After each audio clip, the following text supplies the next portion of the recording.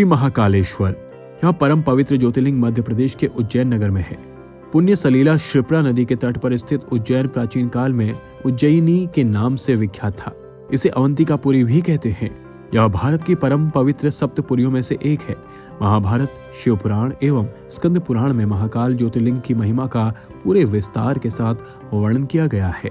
इस ज्योतिर्लिंग की कथा पुराणों में इस प्रकार वर्णित है। अभी तक आपने हमारे चैनल भारत की कथाएं को सब्सक्राइब नहीं किया है तो सबसे पहले सब्सक्राइब कर लें, चैनल को लाइक और शेयर करना ना भूलें। तो चलिए शुरू करते हैं आज की कथा।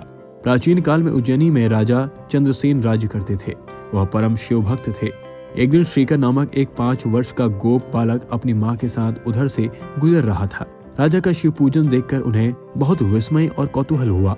वह स्वयं उसी प्रकार की सामग्रियों से शिव पूजन करने के लिए ललायित हो उठे।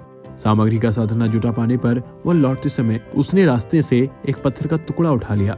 घर आकर उसी पत्थर को शिव रूप में स्थापित कर पुष्प, चंदन आदि से परम श्रद्धा पूर्वक उसकी पूजा करने लगे। माता भोजन करने के लिए बुलाने आई, किंतु वह पूजा छोड़कर उठने के लिए किसी भी प्रकार से तैयार नहीं हुए।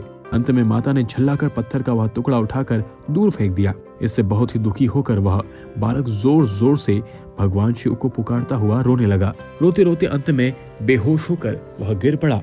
बालक की अपने प्रति यह भक्ति और प्रेम देशक भोलेनाथ भगवान शिव अत्यंत प्रसन्न हो गए।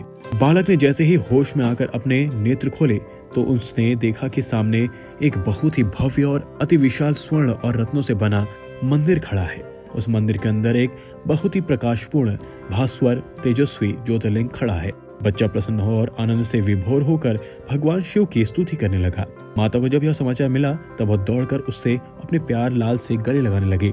पीछे राजा चंद्रसेन ने भी वहां पहुंचकर उस बच्चे की भक्ति और सिद्धि की बड़ी सराहना की। धीरे धीरे वहां बड़ी भीड़ जुट गई।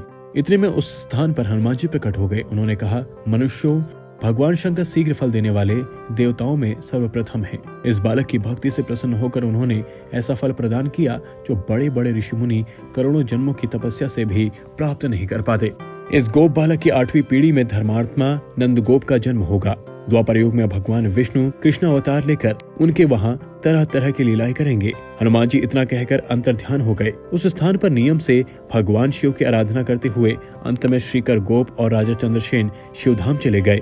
इस ज्योतिर्लिंग के विषय में एक दूसरी कथा इस प्रकार कही जाती है। किसी समय अवंतीपुरी में वेद पाठी तपोनिष्ठ एक अत्यंत तेजस्वी ब्राह्मण रहते थे। एक दिन दुष्यंत नामक एक अत्याचारी असुर उनकी तपस्या में विघ्न डालने के लिए वहां आया। ब्रह्मा जी से वर प्राप्त कर वह शक्तिशाली हो गया। उसके अत्याचार से चारों ओर त्राही मची हुई थी। ब्राह्मणों को कष्ट में पड़ा देखकर प्राणी मात्र का कल्याण करने वाले भगवान शंकर वहां प्रकट हो गए। उन्होंने एक हुंकार मात्र से उस दारुण अत्याचारी दानव को वहां से जलाकर भस्म कर दिया। भगवान वहां हुंकार सहित प्रकट हुए, इसलिए उनका नाम महाकाल पड़ गया। अभी तक आपने हमारे चैनल भारत की कथाएं को सब्सक्राइब नहीं किया है तो सबसे पहले सब्सक्राइब कर लें, चैनल को लाइक और शेयर करना ना भूलें।